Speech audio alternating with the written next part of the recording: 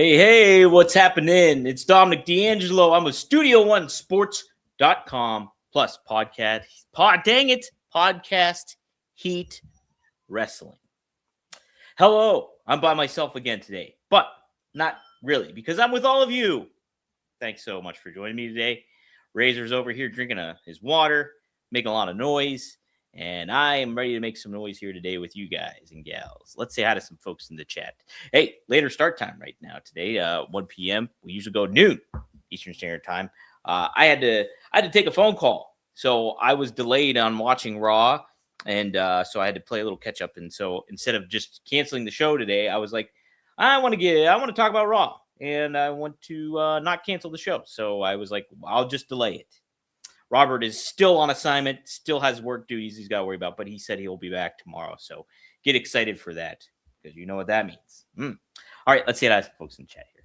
We've got Boss Brat in the house. The Vision is becoming WWE version of the Don Callis family. You join or you either get injured or worsen a lingering injury. Yeah, we're talking about that. Big time. Undertaker shows up for the following. This is Boss Brat again, by the way. Shows up for the following: book AAA, 6 feet under, chokeslam a young guy while still cutting an iconic promo, or to tell you that you're in the Hall of Fame. Yeah, which one are you going to get? I hope I wouldn't get the chokeslam. Maybe an appearance on 6 feet under. Hey, you can put me in the Hall of Fame, even though I have nothing to do with WWE, and I was only on press conferences and stuff like that. That's the only time I'm in WWE Network lore, is during the press conferences, I think. Tammy Star says, after morning all, when are we going to hear the dreaded phrase, injury prone for Bronson? Ooh, I didn't even consider that. Oh, man. Oh, it's very disheartening. Oh, didn't even think about that, Cammy, but good point for sure. Want to breeze. Hello, NRI. The Vision is getting blurry. What a way to put it. Yes. Are they snake bitten? We'll talk about some of this a little bit here. Wrestling Old Dad says, good after morning, RNI. The Vision isn't as clear. May need a prescription for some new contacts. Well, like that. I like that. And Wrestling Old Dad also says, is RNI live from another country or is 1 p.m. the new start time? No, just for today. I punted the ball, if you will, and waited till 1 p.m. just so I could catch up. I had a phone call I had to take. So, yes, 1 p.m. start time. Oh, we got a lot of people chatting already. Thank you so much, everybody, for tuning in. The Vision is like a mom and pop store seeing their business slowly dying. Oh, boy. Small Business Saturday. Represent the small businesses, huh? Legal Louie. I like the name. Never should have ran with a fake injury angle. It's been nothing but trouble ever since. Boy, yeah, right? You fool the fans like that. What is the karma the booking gods having to say about all this? Kami also adds, this 1 p.m. start feels wrong. Is this the skipped damn it Dom in action? The Skype damn it Dom or skipped damn it Dom in action? Dom is acting like Brock just pop up wherever. That's me. Yeah. The first time I've probably ever been compared to Brock Lesnar. Caspian.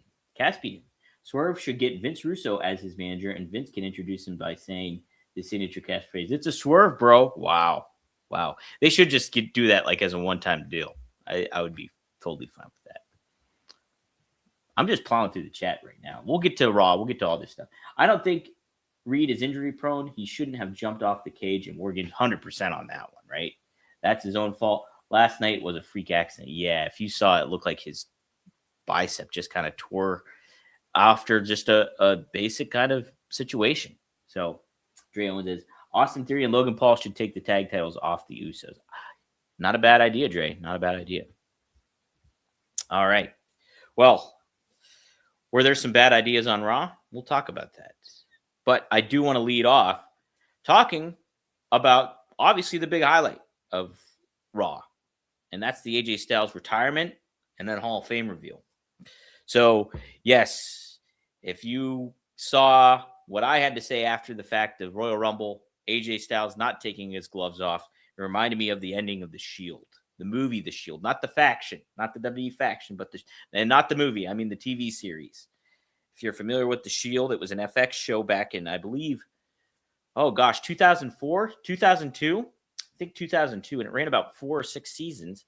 And then the ending was very, very memorable. My favorite ending, maybe to a TV series of all time, as a matter of fact. Michael Chiklis played Vic Mackey, Detective Vic Mackey. And what the Shield surrounded about was police corruption. And Vic Mackey was corrupt. But there was some redeemable qualities about Vic Mackey because he ultimately did the right thing, even though he was technically, in a lot of ways, and in very many ways, not a good person. And so there was a lot of gray area when it came to Vic Mackey. Well, anywho, spoiler for everybody. If you want to watch The Shield, I do recommend watching The Shield. So if you want to watch The Shield, maybe mute me for just a couple minutes here because I will spoil the ending here, right now. So if you want to watch The Shield, mute me right now. Okay, so ending gets going. It's a big, I think, sting operation or something happens where, like, a lot of this corrupt police force, everybody meets their end. And I don't mean that they necessarily die. Maybe some do. But everybody meets their demise in regards to this. Well, Vic Mackey's the only one that kind of survives because he gets a higher appointed kind of like government or office job. And so, like, he's always on the streets. He was always shaking people down and kind of doling out his own type of justice in a way. And so we see the final scene. He's sitting there in his office and he's just stewing. And he's kind of beside himself. Like, this is where my life has led. And this is what I am now. So he's just sitting there. And then all of a sudden he takes a beat. And then he reaches in. They cut away, I believe, from his face. They cut away, show his hand. He pulls open the drawer, grabs the gun that's in the drawer, cocks the gun, and walks off. And that's the end of the show. Fucking fantastic. Oh, fantastic. Well, this one's got to have expletives on it. So that is the ending of The Shield. So when I saw AJ Styles do that with his gloves in Saudi Arabia, that's what I thought was going to happen, right? Well, here, AJ comes out and talks about his career and talks about, the significance. He debuted in WWE at the 2016 Royal Rumble, and then he retired. He was retired at the 2026 Royal Rumble. 10 years of WWE. I was like, wow, that's true. And that's kind of poetic.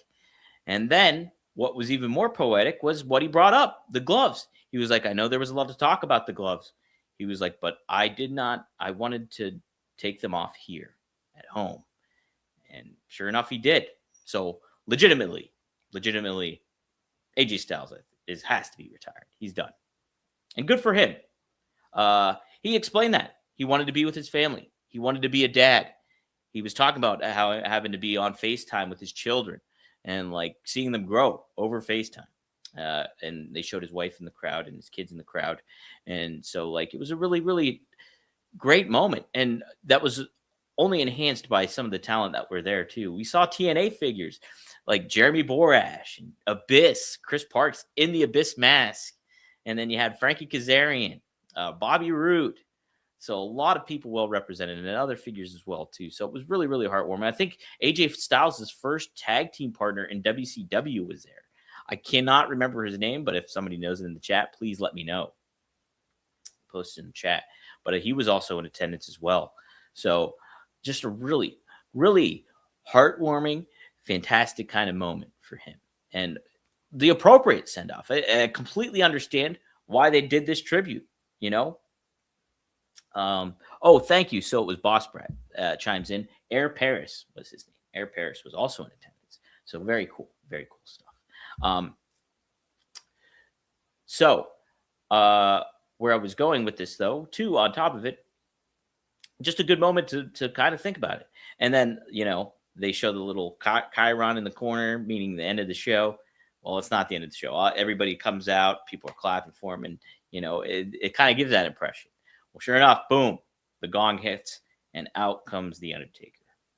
And Undertaker, drives the bike down, gets in the ring. Hey, shout out to Taker, too. It's Lent.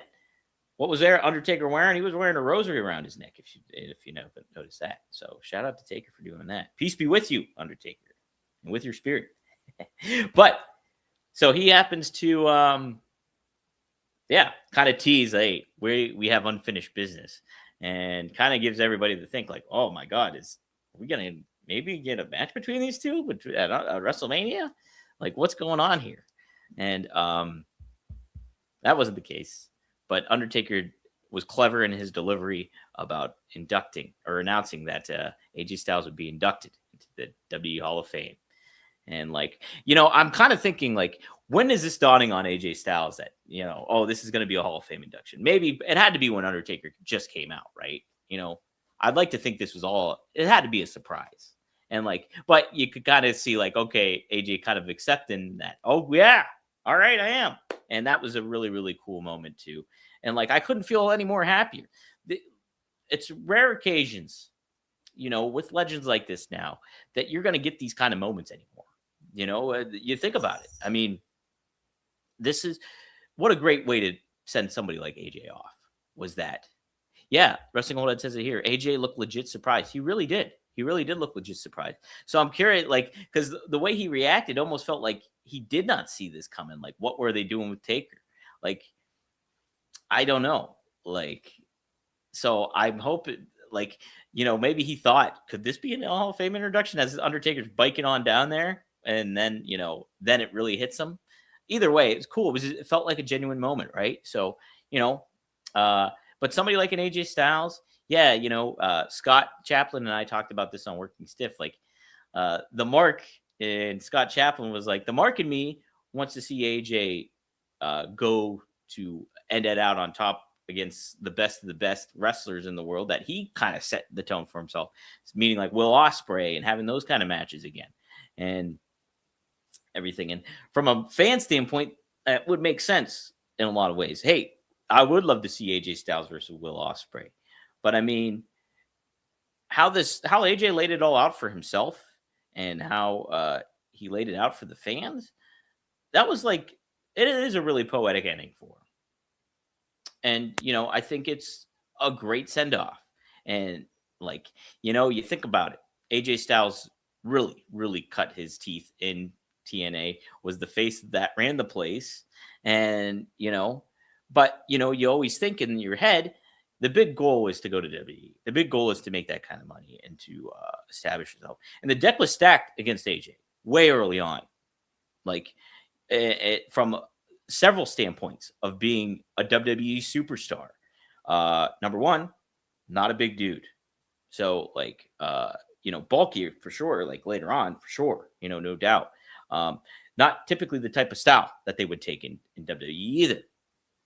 Number two, and this is a factor that people might not really consider as much, but it's got that Southern hospitality, Southern twang.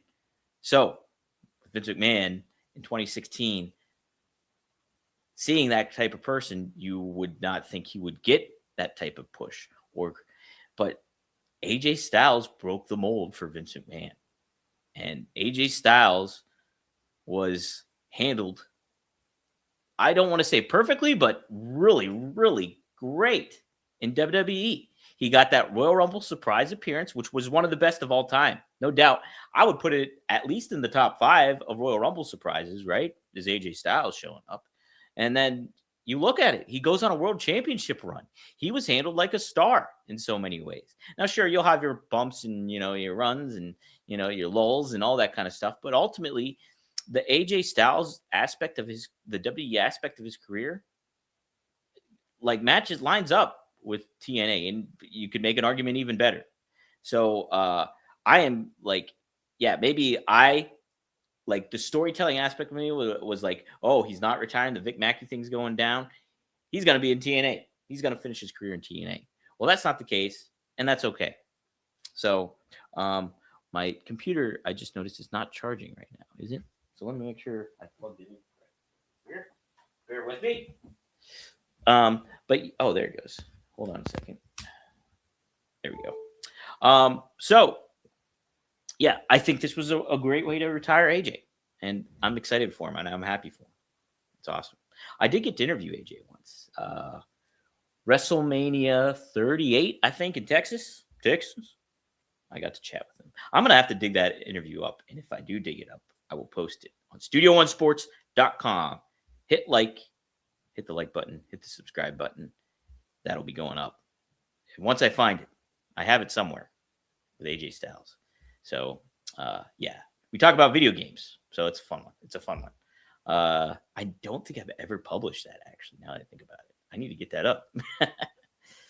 Speaking of getting up, let's talk a little bit about one of our sponsors. That's right. Let's talk a little Blue Chew. Fellas, you already know what time it is. It's time to get to level up, and Blue Chew just dropped something crazy. I'm talking next level championship belt gold-plated energy. Blue Chew Gold is the newest innovation from the #1 chewable ED brand. This ain't your grandpa's little blue pill. This is a 4-in-1 beast that's setting the gold standard for performance. We're talking two ingredients for blood flow, just to keep that rocket pumping, mixed with apomorphine and oxytocin to turn up the arousal and connection to your brain and body.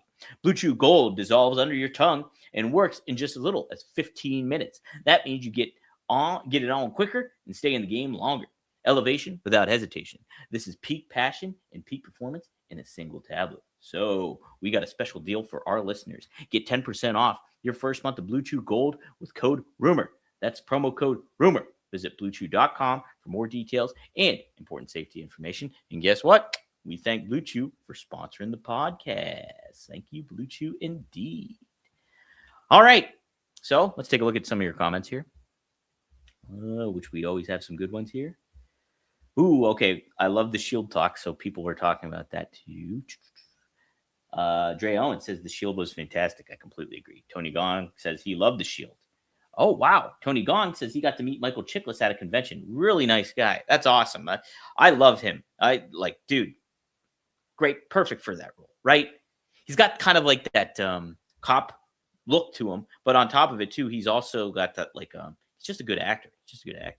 There was a show he was in CBS. I never got to watch it, but now I kind of want to watch it too because of the connection and the love I have for Las Vegas. It was just a show called Vegas, and he was the main character. Speaking of other great characters, Walton Goggins. Yes, like Dre Owen says, early Walton Goggins. If it wasn't for the Shield, Sons of Anarchy wouldn't have existed. That's true too. Look, Walton Goggins was in the Sons of Anarchy too. But yes, Walton Goggins, I was first introduced to him by my favorite show of all time, Justified. Justified is my #1 favorite show. But so it was awesome to kind of double back and check out the Shield and see Walton Goggins in that as well. Fun fact, fun cameo in the Shield too. Hall of Famer NFL head coach Jimmy Johnson. He played an inmate in like the lockup in the prison. He was like a crazed kind of, it was unexpected, but good stuff. Oh, wow. Wait a second. I just watched a 2000 biopic about the Three Stooges where Michael Chiklis played Curly Howard. It was decent. I like the Stooges. I remember that being on television. This is not the movie. I remember the Will Sasso movie where he played Curly. But this, yeah, I think that was a television movie, wasn't it? Made for TV movie, if I'm not mistaken. Wrestling Old Head says he remembers seeing AJ Styles wrestle on WCW Thunder. I got to bust this figure out. I have the AJ Styles WCW figure that they made. I should put that on my shelf back here. So here we go. Just trying to cover all the comments here. Wrestling Old Head says, I kept thinking AJ Styles Hall of Fame induction was to keep him from AEW. Possibly, but from how it sounded, and if you listen to the John Cena interview, John kind of revealed that AJ told him that he was going to be done, and he wanted to retire at Royal Rumble. I think AJ just had that mindset, I want to spend time with my kids and see them, grow up and all that stuff, and makes total sense. AJ loves his kids, big time. Rob RVD was, we were talking about AJ on the podcast, and he was saying how AJ wouldn't swear backstage at TNA. And he thought that was a funny trait of AJ's, was him just not swearing. But then he was like, maybe it was because his kid was around, because he always had his kid around and they would always be hanging out and playing video games. So maybe that was it. But Rob thought that was pretty funny too. But you could tell that he loved his kids. Wow, good. This is an interesting thing. Wrestling Olden says he'll take the sabbatical and maybe wrestle in a couple of years to stay in fighting shape for when his son debuts. Now, that'd be interesting if his son debuted. I would be pretty. That'd be cool. Second generation, keep it going. So, Cammy said Razor pulled the power cord to my laptop. No, actually, that my cord I realized is kind of finicky. You have to kind of plug it into the computer in the right way, or else it won't register and start charging. I need a new one. Let's see. Dre Owen says AJ will be in AEW by 2030. Now, I think he's done. I don't think he should come back after that. I think WWE handled it great. I think he handled it great. I don't think it would behoove him to come back at this point. Now, I mean, sure. Yeah, I mean, wrestlers come back, but why do that? Why even? I wouldn't do it. If you're financially comfortable and you're able to end your career in that manner, like he said, on top, still at the top of his game, which he is. Like AJ never missed a beat. He's never missed a beat. You didn't see him trip up. So great. Good on his part. This is a John Elway kind of story here. I mean, John Elway was kind of broken down and stuff a little bit. And obviously it was Terrell Davis that really helped the Denver Broncos get that Super Bowl that took it away from my New York Jets. But I do think AJ ended it. Like John Elway ended it as a Super Bowl champ. AJ ended it still phenomenal. Hey, how about that? All right. Wrestling Old Ed says, hey, I've always wondered, has an Elimination Chamber winner ever picked the same champion the Rumble winner picked to make it a triple threat? Is that even allowed? I don't think it's allowed. Good point, though. I don't think it's allowed, though. Oh, yeah. Tony Gong, I've seen Vice Principals. You got to watch Vice Principals and Righteous Gemstones. He's got a gift for – he sure does. Now, I've never seen Righteous Gemstones, but I've seen Vice Principals. And, yes, Walton Goggins is the best thing in that show. 100%. You got to watch it. It's on HBO.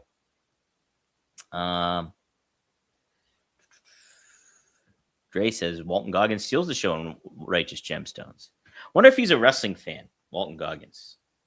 I'm going to have to do a little digging. Maybe figure that out. Oh, yeah. Look at this. Dre Owens, wrestling old head Malenko's daughter or Brody's son. -1. Malenko's daughter. Yeah, she just, I think she got a tryout with WWE, if I'm not mistaken. Definitely attractive and has the look, and the legacy. I'd be all for her being a star. Love the generational talent coming in, especially in pro wrestling. It's really, really cool to see. It carries on the legacy. And wow, do the Malenkos have a legacy from Boris, my goodness. Yes. What do you folks think is in the crate? I'll let the chat discuss that if they want to. Wrestling Old Head, what do you think's in the crate? I'm not even going to fathom a guess. Can't, whatever it's in there, it can't be a living wrestler. It just would not make sense. How do you do that? Unless it's a supernatural wrestler. But I don't know. What are you going to do with that? So I think what is going to open, they're going to, I guess I will guess then, even though I said I wouldn't. I think what's going to open, it's going to be something very, very small in the crate. I don't know. Very small. And, but it will indicate it's Chris Jericho. That's what it will do. Yeah, I think it's a tease to bring Chris Jericho. But who's asking? I guess Wrestling Old Head was. Hold on, I'm about to do the tune in live on X. Hopefully we can get a little traction. We got a lot of good people in the chat though here. I appreciate that. Let's see if we can get some more people tuning in live and in color. Are you creative? Bear with me here. So we talked about AJ Styles' retirement. Let's talk about the rest of Raw. The rest of Raw was not good. Really unnecessary, actually. I said I had to catch up on Raw. Well, the only thing I really should have caught up on was that final segment because I thought Raw stunk. I did. I don't think it was good in several manners. like you had Raquel Rodriguez qualify for the Elimination Chamber, which I thought's great. You know, I think she, without the connection of Kevin Nash and like what she learned from Kevin Nash, like she really put herself on the map here in a big way that elevated her and got her a push that she really earned. And so I think that, Cammy, I think nails it here. Cammy, I think nails it. Danhausen getting rid of things on Whatnot and not much new. Not much new? Not much new? I don't know what you mean by that last point, Cammy, but Danhausen, I think, might be the one. And I wouldn't be against that because, you know, what a big way to introduce a character like that. What a big way to introduce a character like that. And everybody's thinking it's Jericho, probably, but then you get Danhausen. If you do it in the appropriate manner to make it fun, Danhausen, you could really resonate. He's somebody that WWE can really make a big deal. Like, boy, imagine having like a new oddities faction. Danhausen, Mr. Iguana. Give me some oddities, huh? So, Wrestling Old Ed says, yesterday Raw had just woke up from a nap with a hangover. LOL. Look, that rest of Raw was just, it was flat. It was flat. And so much of how things were executed and what they were doing. Like I keep saying the paint by numbers. This felt like really paint by numbers. Like, okay, we're going to have Gunther come out and say like what he has to say. Oh, then we'll have Dragon Lee attack him. Like the whole thing about what we predicted, you had figures like Gunther out there. Why wouldn't Gunther have interrupted AJ Styles from I understand what they were doing, and like that closing segment was awesome, dude. Like best part of the show by my country mile. But like, you know, you have Gunther, the guy that retired him, not address or play a part in that. You know, it's just weird. It's weird.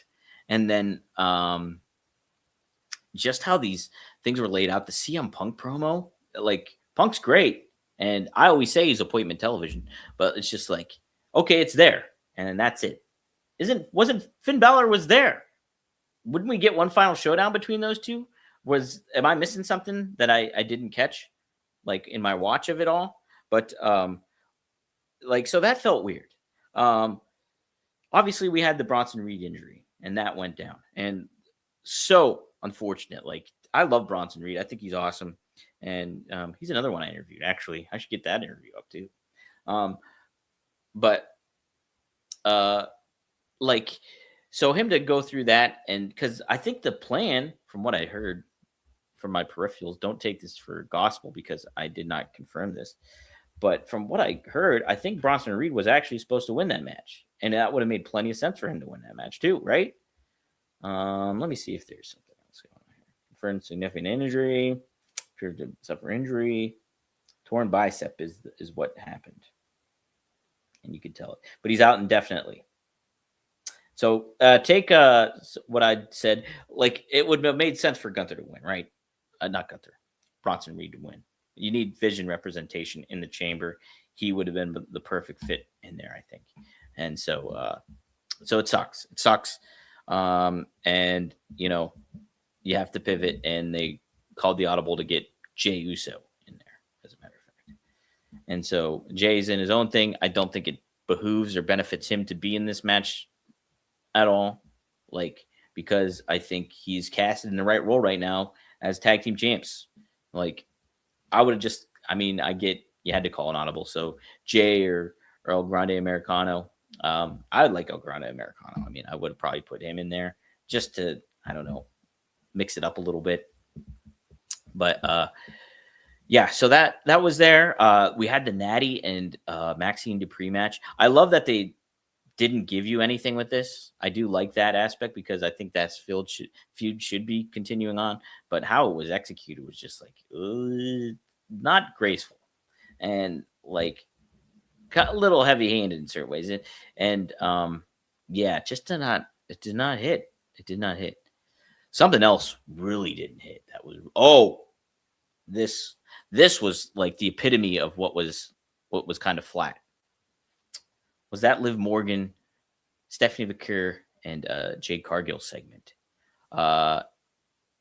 Like the crowd barely react. Did they even react at Liv choosing Stephanie McCure?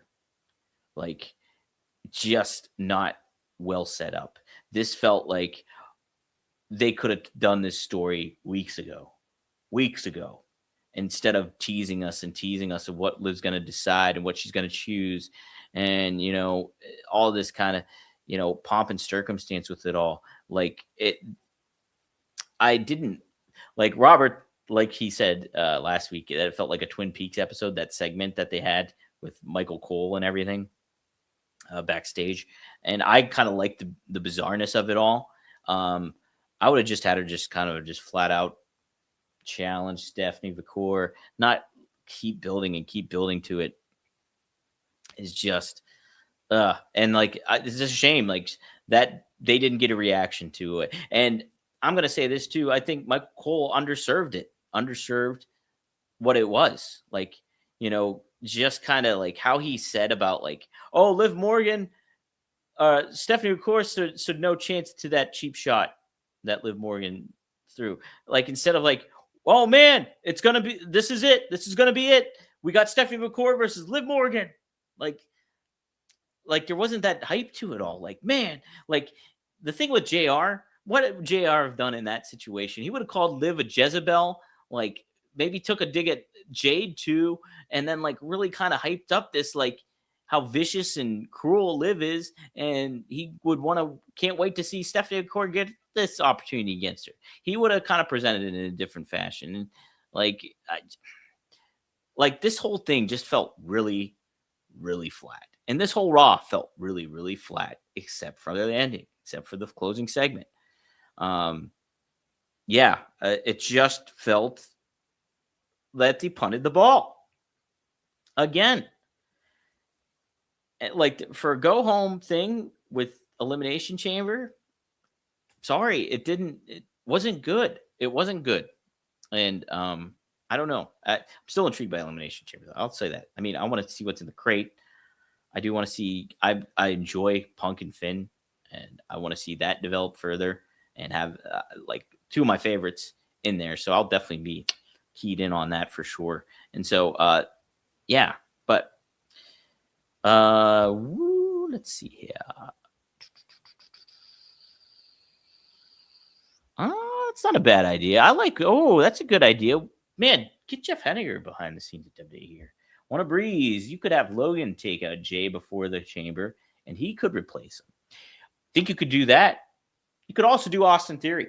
And I know I've kind of been like critical of how they portrayed Austin Theory, but if you put Austin Theory in there and then you have a good showing in there, you could reignite and get a little fire under that Austin Theory persona and maybe give him some incentive and something to build off of. So yeah, a Logan Paul or Austin Theory attacking Jay and getting in there. And then in turn, that's great too, Jeff, because you have the benefit of like, we're going to put these guys in a tag team title match at WrestleMania against the Usos. So Logan Paul and Austin Theory against the Usos at WrestleMania. I think that makes a lot of sense. So I think that would be a big benefit. I think that's a great idea. So I like the Logan Paul thought process of it all, but he's already a star. So why not give Austin Theory that opportunity? And then like if you're Triple H, you kind of put your hands on Austin's shoulders and be like, listen, this is your chance. Get this done out there. Show yourself. Boom. And there you go. All right. Hopefully it works out. Let's see. The Grande Americano feud is the first without any promos. Yeah, it's kind of weird. It's kind of weird for sure. I like it. I like both guys in it. Chad Gable's awesome, and I love what Ludwig Kaiser's doing. Like, he just dived on in. Did I call her Cargill? Oh my God. Cargill. Sorry. So yeah. Yeah, Dre Owen says, what was the point of Jade even being there? I think she lives in Atlanta, so I guess that makes sense. Hey, just come on over. Same thing with Cody coming out. Like, Cody's in Atlanta, so there you go.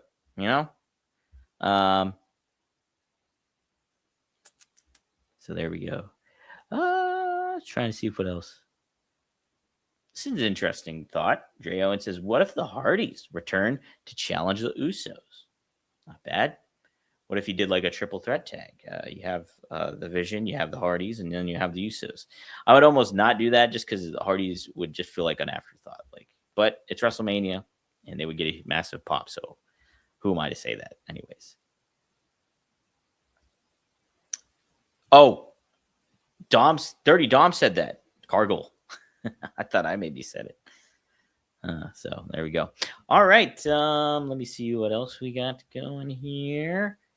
We do have, if you potentially want to get going and you're about my age, well, let's talk a little bit about Mars to Men.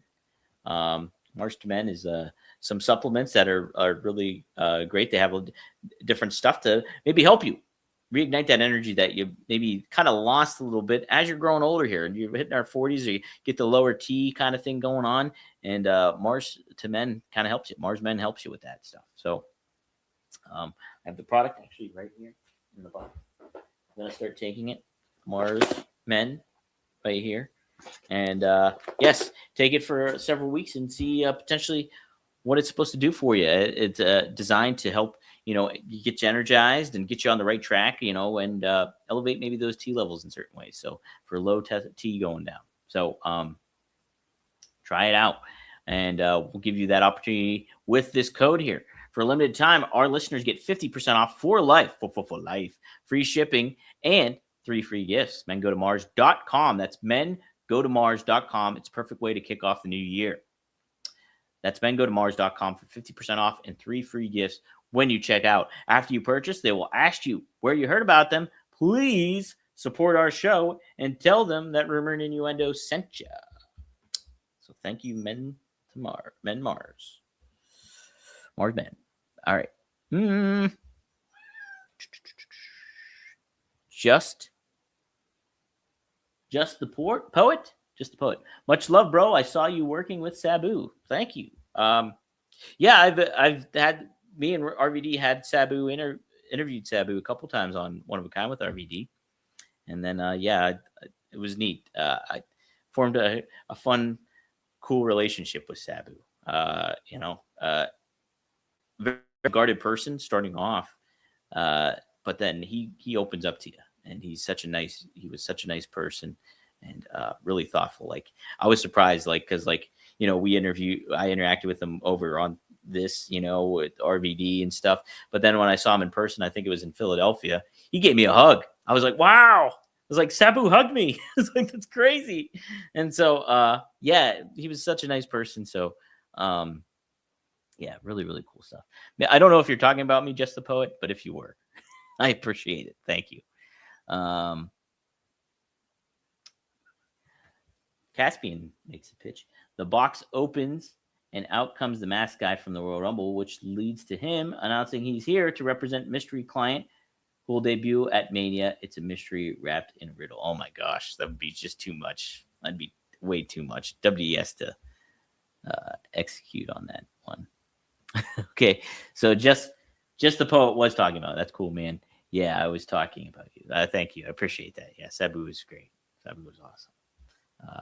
His family's awesome too, and you can tell how much Rob and Katie and miss him as well.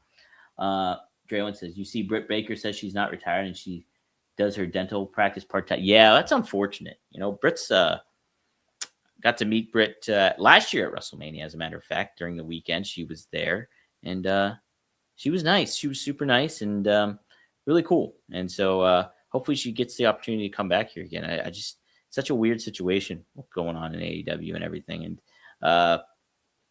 you got to kind of think, who was I talking to? I think it was, Scott Chaplin on Working Stiff. I was like, man, yeah, I was kind of making the connection that, how, you see people in AEW and then they get forgotten about. And I was like, yeah, like Wardlow, I was basically saying. And then Scott mentioned this, and this is an interesting point, that he thinks like Wardlow kind of was caught maybe talking out of school when it comes to AEW. And can't blame Wardlow whatsoever. How frustrating it does it have to be a talent in there and not get utilized. So maybe some of these talents that could have happened to them. Now, by all means, this could have not happened whatsoever, and I'm completely wrong. But I could see that being something, because it's a frustrating kind of thing to be into. Is this AEW ecoscape? Because some people get used, then they get forgotten about, and then some people get used or get signed, and then they don't get used at all, like a Deonna Purrazzo, what we talked about last week. So, yeah, it's just crazy. Oh, man, thank you. Just the Poet, thanks, donated $2, and he subscribed to the channel. Well, here's towards your channel. Thank you so much.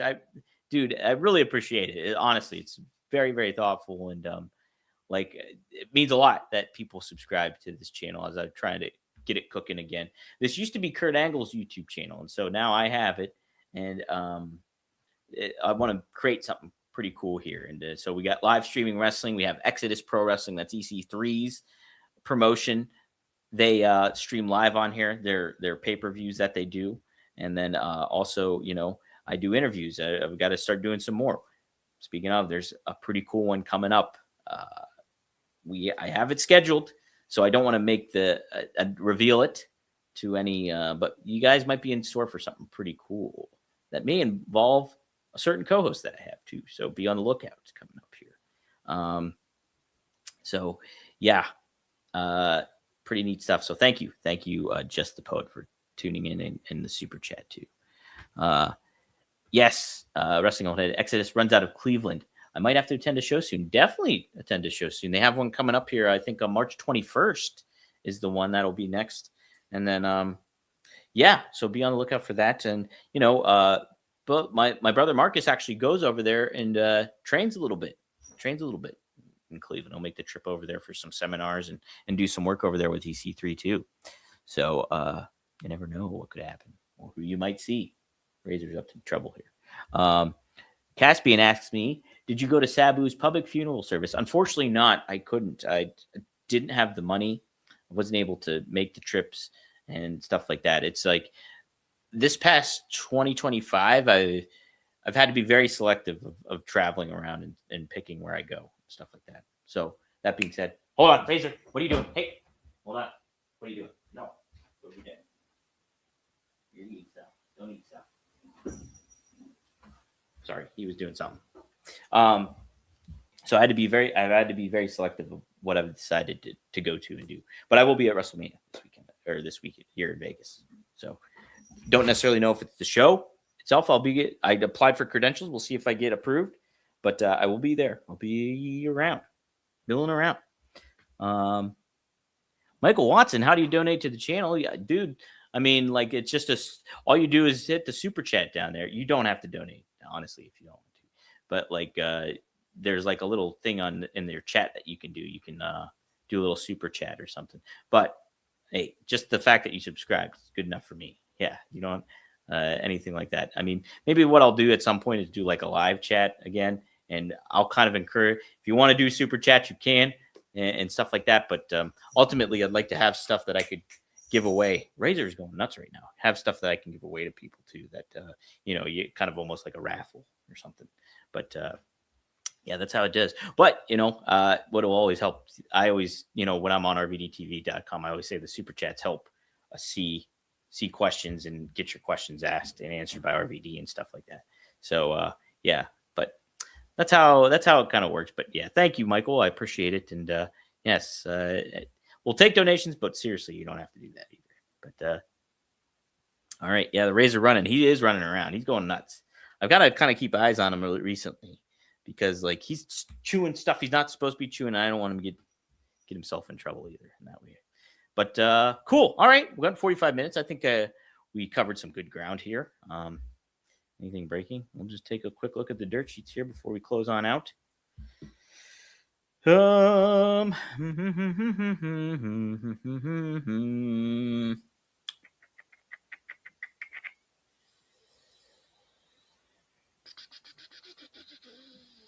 I guess that'll do it. We'll cover this tweet real quick, or this comment real quick. Bafemi was interviewed. I believe this was Denise Salcedo. shout out to Denise Salcedo too. So she just announced that she signed another year with Busted Open on Sirius XM, and she does the weekend shows. I have to credit Denise. You know, she is in a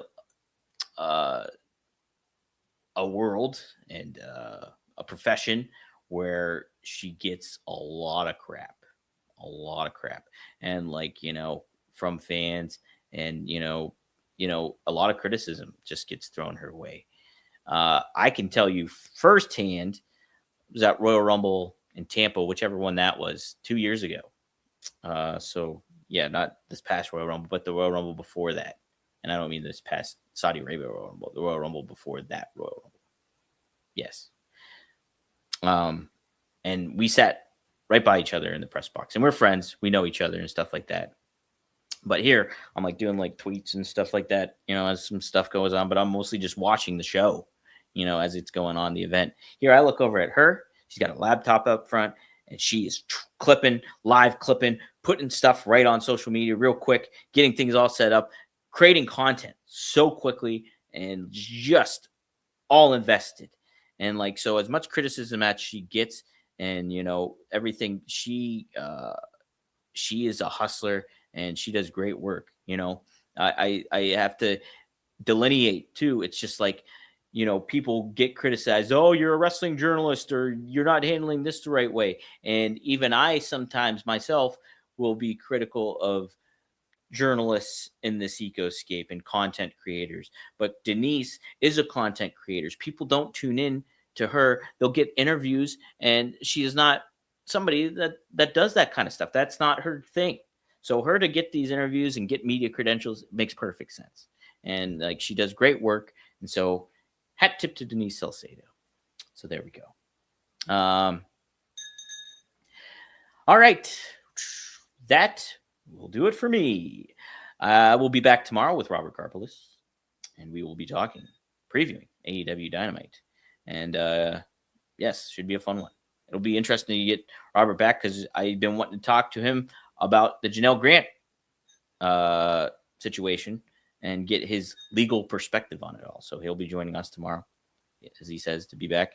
But thank you all for tuning in. Thank you again to Just the Poet, who has subscribed. And if you also want to subscribe, go to studio1sports.com, hit that like button, hit the subscribe button too as well. You can catch us live every Monday through Friday at noon, typically Eastern Standard Time, instead of 1, but I wanted to do a later one because I had to catch up on Raw. Not that I really had to, because it wasn't a very good show, except the AJ Styles part. But thank you all for tuning in. And Jeff Henniger suggests that a giveaway should be an LA Knight shirt signed by Robert, right? So, all right. That will do it for me. Thank you all for tuning in. Cammy, Tony Gong, Caspian, Wrestling Old Head, Dre Owens. Don't think Triple E was here today, but shout out to Triple E. And all you fine folks here in the chat. Jeff Henniger too. Boss Brat as well. All right. Catch you tomorrow here on Rumor and Innuendo. Best of luck in your future endeavors. And that darn cat, Razor Ramon. Boom. Shh.